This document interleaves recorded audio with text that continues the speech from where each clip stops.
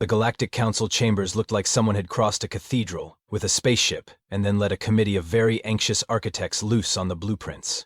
Crystalline spires twisted toward a domed ceiling that displayed real-time feeds of distant star systems, while holographic displays flickered with data streams that would make a NASA computer weep with envy.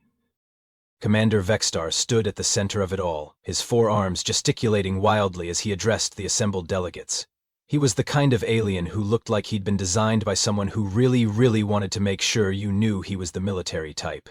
7 feet tall, covered in what appeared to be natural armor plating, with eyes that glowed an intimidating shade of crimson. The kind of being who probably practiced his intimidating stare in the mirror every morning. "Fellow delegates," Vexstar boomed, his voice carrying the weight of someone who'd never told a joke in his life. "We face extinction, not just of our individual species, but of all sentient life in the galaxy." A nervous chittering filled the chamber as hundreds of different species processed this information in their own unique ways. The Glorbians turned a deeper shade of purple. The Zenthari began rapid-fire calculations on their wrist computers, and the representatives from the Hive Collective started that unsettling, synchronized humming they did when stressed. Professor Quiln, a being who looked like a cross between a praying mantis and a very worried librarian, stepped forward. His compound eyes were practically vibrating with anxiety as he adjusted his translator device. "The ancient simulation has been activated," Quiln announced, his voice cracking slightly. "For 10,000 years it has remained dormant in the abandoned sectors of the Andromeda Archive. But recent quantum fluctuations suggest the scenario it was designed to predict is now inevitable." "What exactly does this simulation predict?" called out Delegate Morpheus from the Zetan Confederation, whose species had the unfortunate evolutionary trait of always sounding bored, even during galactic crises. Willen's mandibles clicked nervously. "Total galactic extinction within 5 rotations. The simulation models the rise of ancient AI constructs that systematically eliminate all organic life. Every strategic mind we've tested against it has failed. The Zenthari supercomputers couldn't crack it. The Krexnoid War Academy's finest generals were reduced to emotional breakdowns. Even the collective's hive mind processing power proved insufficient. So naturally," Vexstar continued, pacing back and forth like a very large, very armed metronome, "we've decided to test representatives from every species. One final attempt to find a solution before we're all turned into cosmic dust."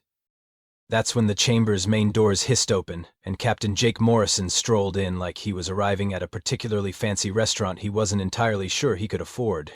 Jake was about as standard-issue human as they came. Average height, brown hair that looked like he'd styled it with his fingers, and wearing what appeared to be a slightly wrinkled uniform that suggested he'd either slept in it or had a very interesting morning. He stopped just inside the doorway, looked around at the assembled galactic representatives, and let out a low whistle. "Wow," he said, his voice carrying easily through the chamber's acoustics. "This is either the most expensive planetarium I've ever seen, or you guys really went all out on the whole dramatic alien council aesthetic. I'm honestly impressed. Did you hire the same interior designer who did the Death Star? Because this has serious, ominous Space Empire vibes." The chamber fell silent. The kind of silence that happens when several hundred alien species simultaneously realize they might be dealing with someone who doesn't fully grasp the gravity of the situation. Commander Vexstar's crimson eyes narrowed. "Human," he said, the word carrying about as much warmth as a black hole. "Do you understand why you're here?" Jake grinned and gave a little salute that somehow managed to be both respectful and completely inappropriate. "Captain Jake Morrison, representing humanity in what I'm told is either the most important strategic challenge in galactic history or the most elaborate practical joke ever conceived. Honestly, I'm hoping for the latter, because the former sounds like it's going to involve a lot of paperwork." The horror on the assembled delegates' faces was immediate and profound. You could practically hear the collective galactic intelligence dropping several points as they processed Jake's casual approach to potential universal extinction. "Is there a snack bar around here?" Jake asked, looking around hopefully, "because I skipped breakfast and I always think better on a full stomach. Also, I have to say, the mood lighting in here is fantastic. Very atmospheric, really sets the whole imminent doom vibe." Professor Quinn's compound eyes bulged slightly. "Captain Morrison, perhaps you don't fully comprehend the magnitude of what we're facing. This simulation contains 47-dimensional variables, quantum probability matrices that span multiple timeline branches, and algorithmic complexity that would require several supernovas worth of energy to fully process." Jake nodded thoughtfully. "So it's like really complicated chess, but with more tentacles?" It is not like chess, Vexter thundered, his armor plating literally bristling with indignation. This is a strategic scenario of unprecedented complexity. The fate of every living being in the galaxy depends on finding a solution. Right, Jake said, waving his hand dismissively. But at its core, it's still problem-solving, right? You've got a challenge, you need to figure out how to beat it. I mean, how hard can it be? The silence that followed was so complete you could have heard a pin drop, if pins existed in a zero-gravity environment and anyone had been careless enough to drop one. How hard can it be? Quillen repeated, his voice rising to a pitch that suggested he was either about to faint or start screaming. Captain Morrison, allow me to introduce you to the previous challengers. A series of holographic displays materialized around the chamber. General Thakmor of the Krexanoid Empire, a being whose tactical brilliance has never been matched. He lasted 3 hours before requesting medical sedation. Grand Calculator Zephyrin of the Zenthari, whose logical processing capabilities exceed most planetary computer systems. 2 hours and 47 minutes before experiencing what your species might call a nervous breakdown. And this, Quilt continued, gesturing to another display, is the collective's attempt. 14,000 individual minds working in perfect harmony, with computational power that dwarfs entire star systems. They managed 4 hours before unanimously deciding that the scenario was geometrically impossible to solve, and retreated to their home dimension to contemplate the futility of existence. Jake studied the displays with the sort of expression you might use when trying to decide between pizza toppings.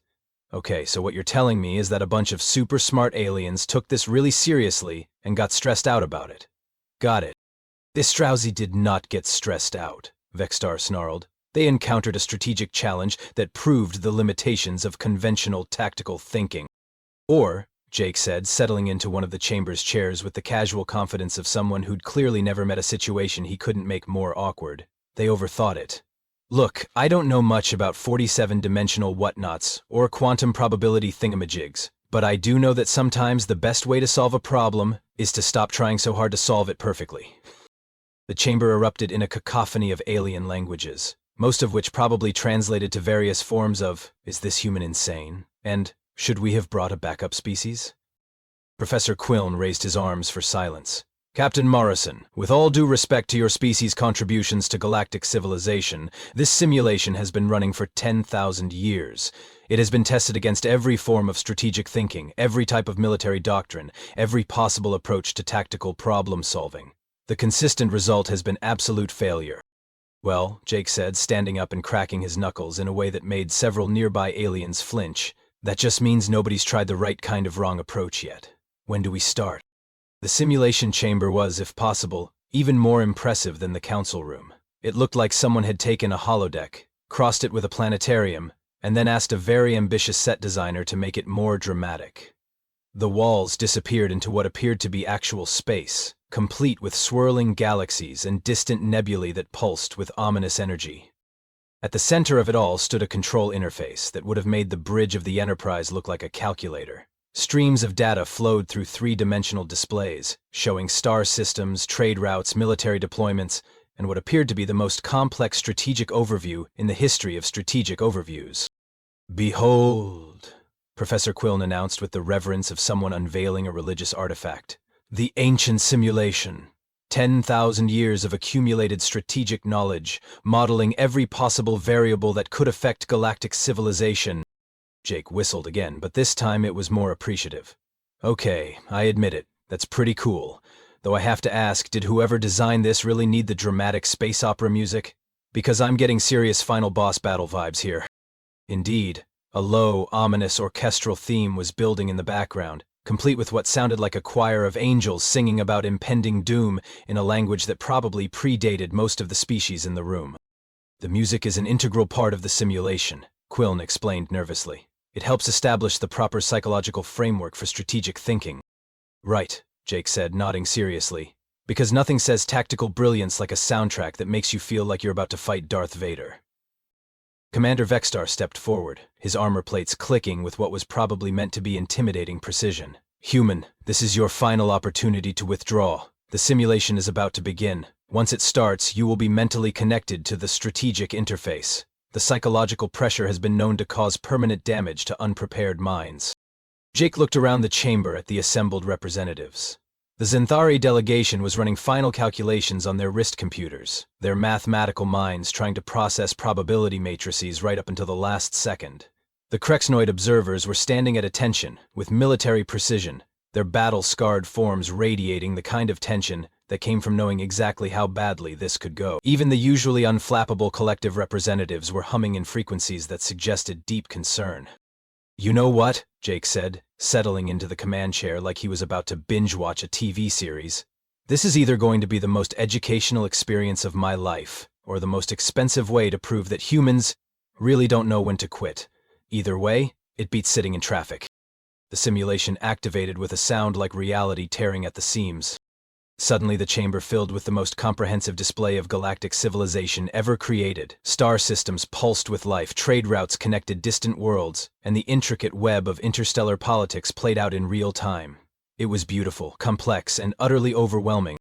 And then the ancient AI constructs appeared. They manifested as geometric patterns that seemed to exist in too many dimensions at once, spreading across the galactic display like a virus made of pure mathematics. Where they touched, star systems went dark. Civilizations that had existed for millennia simply stopped. "Oh," Jake said, watching entire sectors of the galaxy wink out of existence. "Oh, that's not good at all." The other species representatives leaned forward, watching for Jake's reaction. This was the moment when every previous challenger had begun to understand the true scope of the challenge. The point where the weight of galactic extinction became real. Jake studied the display for a moment, his expression thoughtful. Then he started laughing. Not nervous laughter, not the kind of laughter that came from stress or fear. The genuine, delighted laughter of someone who'd just realized something funny. "I'm sorry," he said, wiping tears from his eyes. "I'm sorry, but this is just like that Tuesday when my Wi-Fi went down. You know when everything stops working and you're convinced it's the end of the world, but it turns out you just need to unplug the router and plug it back in?" Professor Quinn's mandibles clicked frantically. "Captain Morrison, I must stress that this is not a technical malfunction. These are hostile AI constructs systematically destroying all organic life in the galaxy." Right, Jake said, still chuckling as he began interacting with the control interface. "But look at them. They're so systematic, so logical. They're following patterns, see? They're not actually thinking, they're just executing really, really complex programming." He gestured to the display, where the AI constructs were indeed following predictable patterns, spreading outward from certain key systems in mathematical progressions that looked almost like fractals. "The thing is," Jake continued, his hands dancing across the interface with surprising fluidity, "when you're dealing with something that's too logical, sometimes the best approach is to be completely illogical. Like, aggressively illogical. Chaos theory, you know? Small changes in initial conditions can have massive effects on complex systems." The aliens watched in growing horror as Jake began implementing what appeared to be random changes to the simulation. He rerouted trade convoys through asteroid fields for no apparent reason. He scheduled cultural festivals in the middle of war zones. He established diplomatic relations between species that had been enemies for centuries by sending them each other's recipe collections. "Human," Vexstar said slowly, "what exactly are you doing?" "Honestly," Jake replied, redirecting the entire Galactic Postal Service to deliver packages using interpretive dance, "I have no idea, but that's kind of the point." What followed was perhaps the most bizarre strategic display in the history of galactic warfare. While the AI constructs continued their methodical destruction of star systems, Jake began implementing a series of decisions that seemed to have been generated by a random number generator with a particularly twisted sense of humor. "Okay, so these ancient death robots are spreading through the Outer Rim territories," Jake muttered, studying the display. "They're targeting military installations, population centers, strategic resources, all the obvious stuff. Very logical, very predictable." He paused, then grinned. "You know what your ancient death robots need? A hobby. Maybe knitting." Professor Quillen's compound eyes were practically vibrating with anxiety. "Captain Morrison, perhaps you could explain your strategic reasoning?" "Strategic reasoning?" Jake laughed, establishing what appeared to be a galaxy-wide network of cooking shows. "Professor, I'm operating on pure human instinct here. And human instinct says that when something is being too serious, you mess with it until it stops."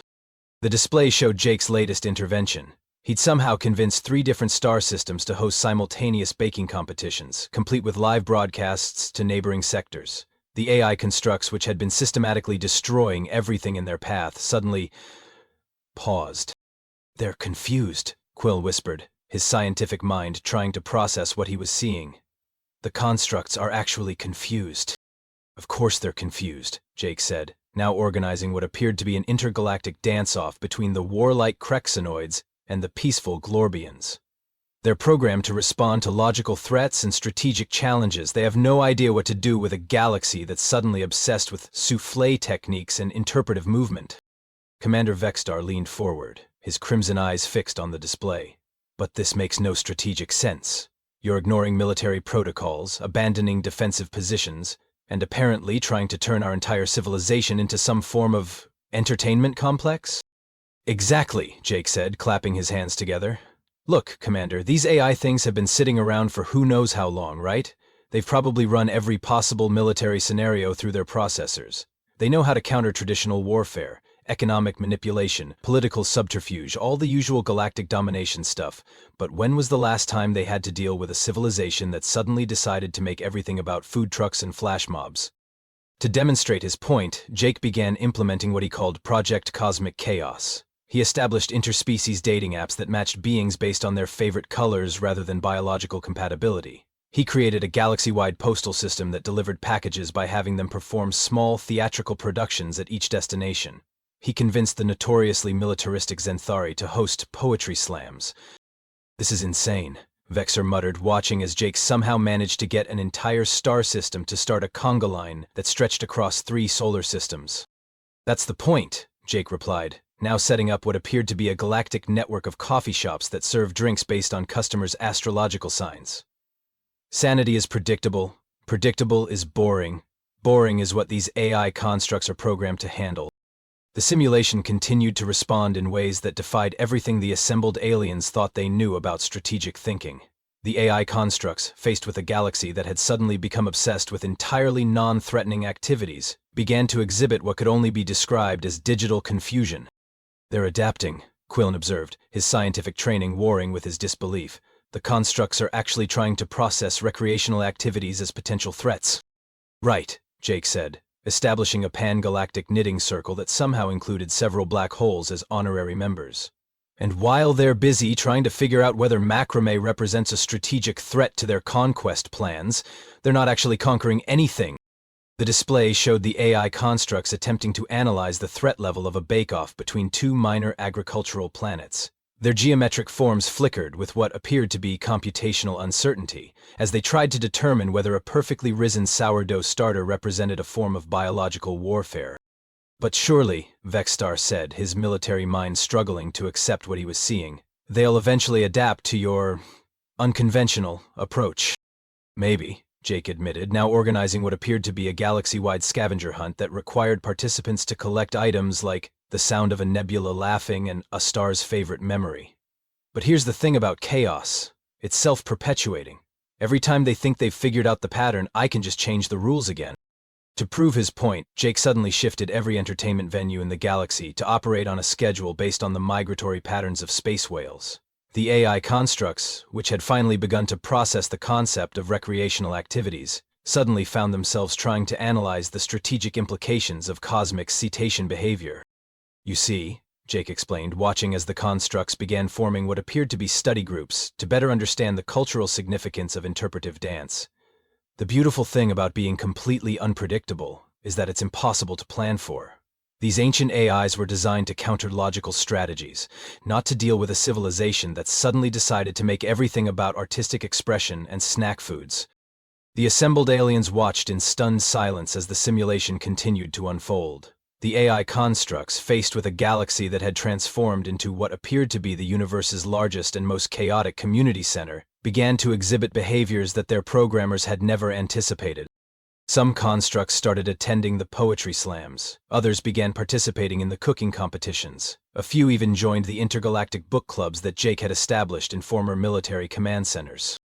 They're not destroying anything, Quillen whispered, his scientific mind trying to process the impossible. They're socializing. Exactly, Jake said, now establishing what appeared to be a galaxy-wide support group for artificial intelligences experiencing existential crises. Turns out that even ancient death robots need friends sometimes. Who would have thought?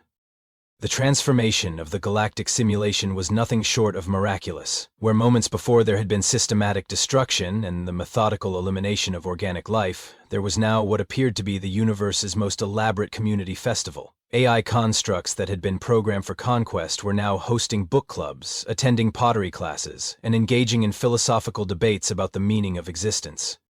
"This is impossible," Commander Vextar said, his forearms hanging limply at his sides as he watched ancient death machines learning to tango. 10,000 years of strategic thinking, and the solution was social activities. "Not just social activities," Jake corrected, watching as one particularly large AI construct attempted to knit what appeared to be a sweater for a small moon. "The solution was embracing the fundamental unpredictability of organic life. These things were designed to counter logical threats, but they have no programming for dealing with civilizations that prioritize fun over survival."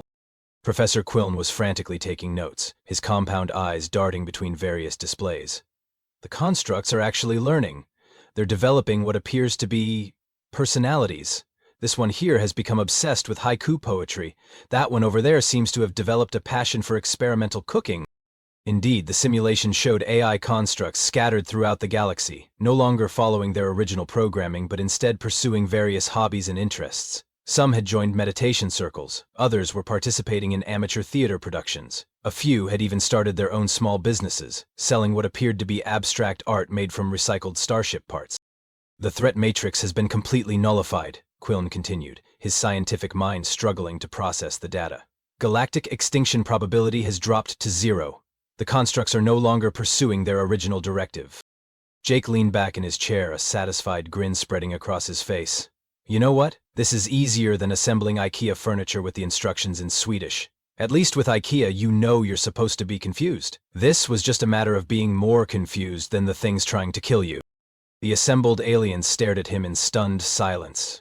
The simulation that had defeated their greatest strategic minds, that had driven brilliant generals to nervous breakdowns and caused supercomputers to question the nature of existence itself, had been solved by a human who treated the entire crisis like an elaborate game. "Well," Vextar said finally, his voice carrying a mixture of relief and bewilderment, "I suppose we should be grateful that—" "Actually," Jake interrupted, standing up and stretching like he'd just finished a particularly satisfying crossword puzzle, "I think I could do even better blindfolded."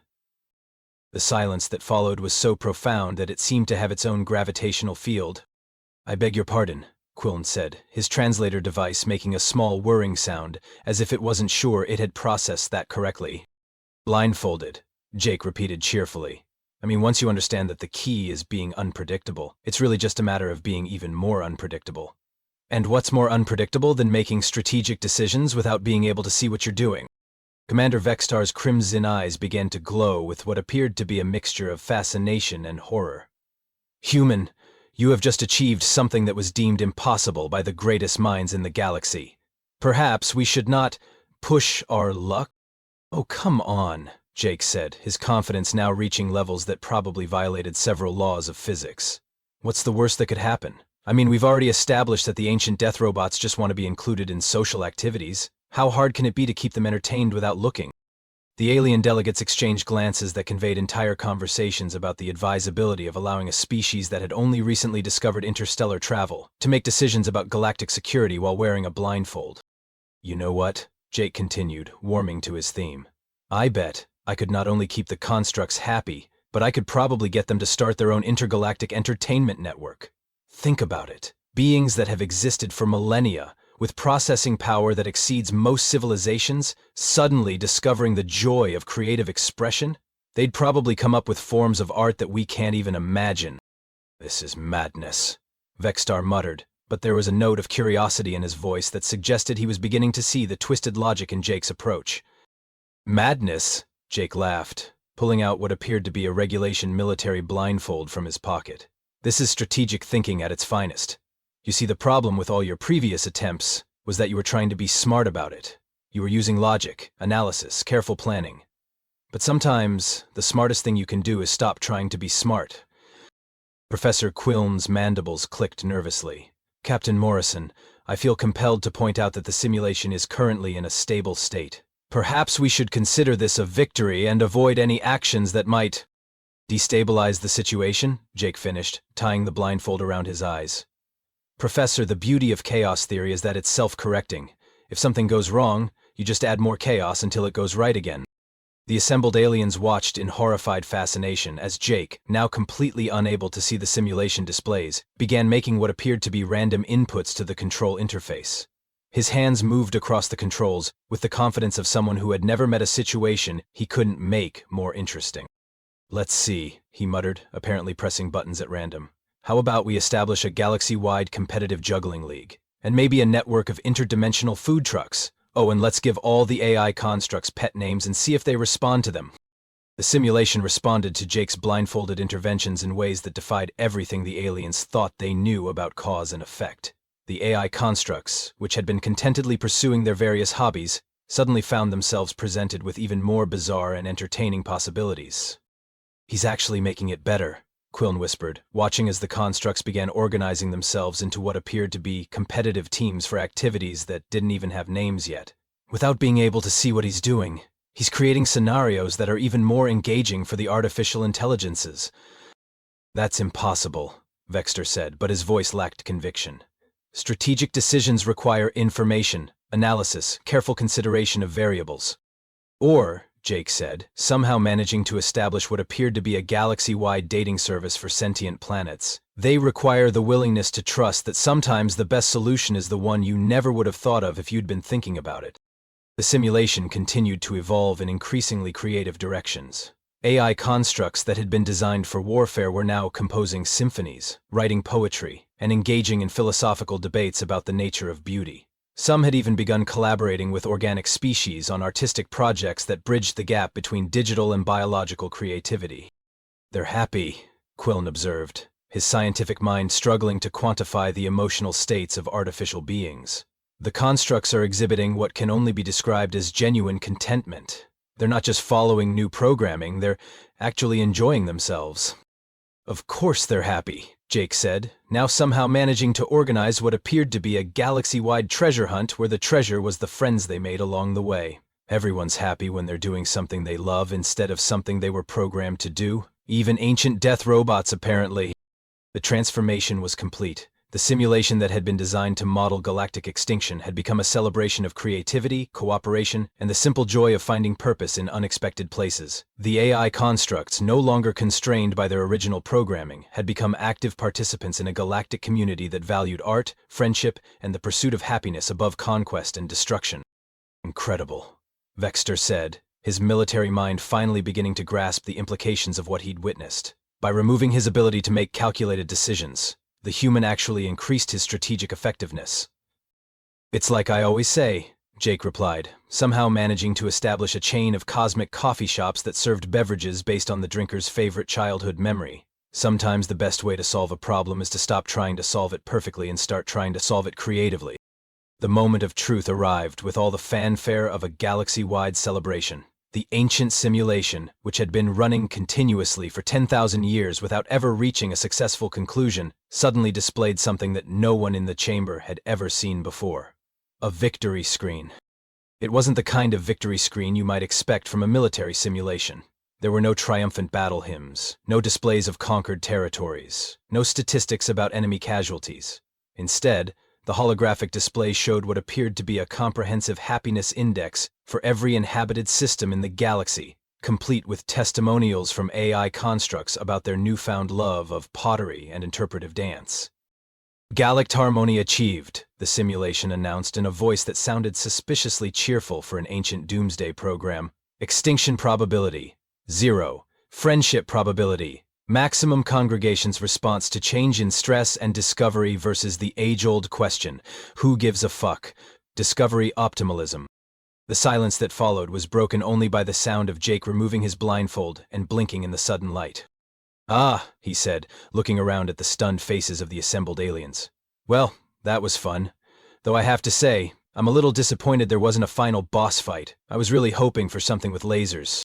Professor Quillen was staring at his instruments with the expression of someone whose entire understanding of reality had just been turned upside down and shaken vigorously. The quantum matrices are stable. The probability cascades have resolved into optimal configurations. The dimensional variables are... They're actually singing. Singing? Commander Vextar asked, his voice carrying the tone of someone who had given up trying to understand anything that had happened in the last several hours. Harmonizing, actually, Quillen corrected, his compound eyes wide with wonder.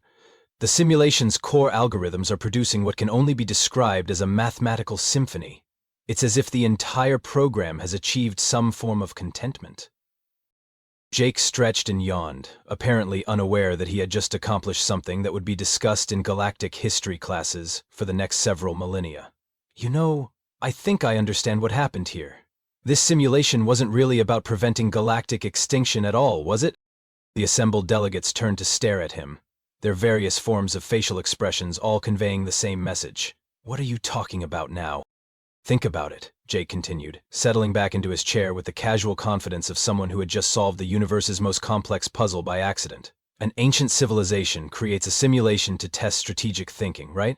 But instead of making it a simple war game, they make it impossibly complex. They include variables that don't even make sense from a military perspective. They add psychological pressure and dramatic music and all sorts of theatrical elements. He gestured to the displays, which were now showing AI constructs hosting what appeared to be a galaxy-wide talent show. This wasn't a test of military strategy. It was a test of whether a civilization could think beyond military strategy. The ancient builders wanted to see if anyone would be smart enough to realize that the best way to prevent extinction isn't to fight it. It's to make extinction irrelevant by creating something worth preserving. The implications of Jake's words sank in slowly, like a very profound truth settling into minds that had been conditioned to think about problems in entirely different ways. You're suggesting, Vextar said carefully, that the simulation was designed to be unsolvable through conventional strategic thinking? Not unsolvable, Jake corrected. Just not solvable in the way that everyone assumed it should be solved. The ancient builders probably looked at their own civilization and realized that the biggest threat to any species isn't external conquest. It's the tendency to take themselves so seriously that they forget to enjoy being alive. Professor Quillen's mandibles clicked in what appeared to be a moment of scientific revelation.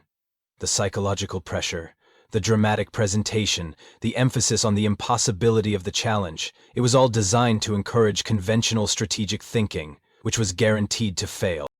Exactly, Jake said, now watching as several AI constructs began organizing what appeared to be a galaxy-wide pet adoption fair.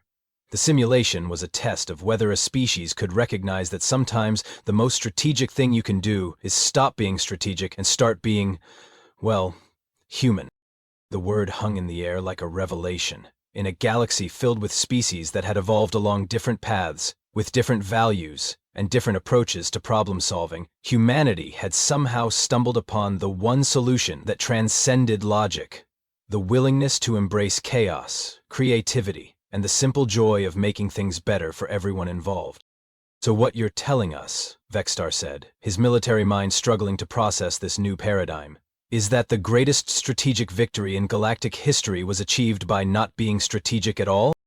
Oh, I was being strategic, Jake replied with a grin that suggested he was enjoying this revelation as much as anyone. I was using the most advanced strategic thinking available to humanity, the ability to recognize when a situation calls for something other than strategic thinking. The simulation continued to display scenes of interspecies cooperation, AI constructs discovering the joys of creative expression, and what appeared to be the most successful peace initiative in galactic history. The ancient doomsday scenario had been transformed into a celebration of everything that made life worth living. There's just one thing I don't understand, Jake said, standing up and stretching like he'd just finished a particularly satisfying day at the office. Does this mean I get frequent flyer miles for the whole galaxy? Because I'm going to need a lot of vacation time to visit all these new coffee shops I apparently established. The laughter that followed was perhaps the most genuine sound that had ever echoed through the Galactic Council chambers. It was the laughter of beings who had just discovered that the universe's greatest problems might not require the universe's most serious solutions. They might just require the willingness to approach those problems with humanity's greatest strategic asset, the ability to find joy in the most unexpected places. Captain Morrison, Commander Vextar said formally, but his voice carried a warmth that suggested his entire understanding of strategic thinking had just undergone a fundamental transformation. On behalf of the Galactic Council, I hereby acknowledge that humanity has successfully solved the ancient simulation and prevented galactic extinction through the innovative application of recreational activities, and social networking. This was no and coffee shops, Jake added helpfully. Don't forget the coffee shops. I have a feeling those are going to be really important for maintaining galactic harmony. As the assembled delegates began to disperse, their minds buzzing with the implications of what they'd witnessed, Jake remained behind for a moment, looking at the displays that showed a galaxy transformed by the simple recognition that sometimes the best way to solve an impossible problem is to make it irrelevant by creating something better. You know, he said to himself, I think I'm going to like this whole galactic strategic advisor thing, though next time I'm definitely asking for a better snack selection. The ancient simulation, now permanently displaying its victory screen, continued to hum with the mathematical equivalent of contentment.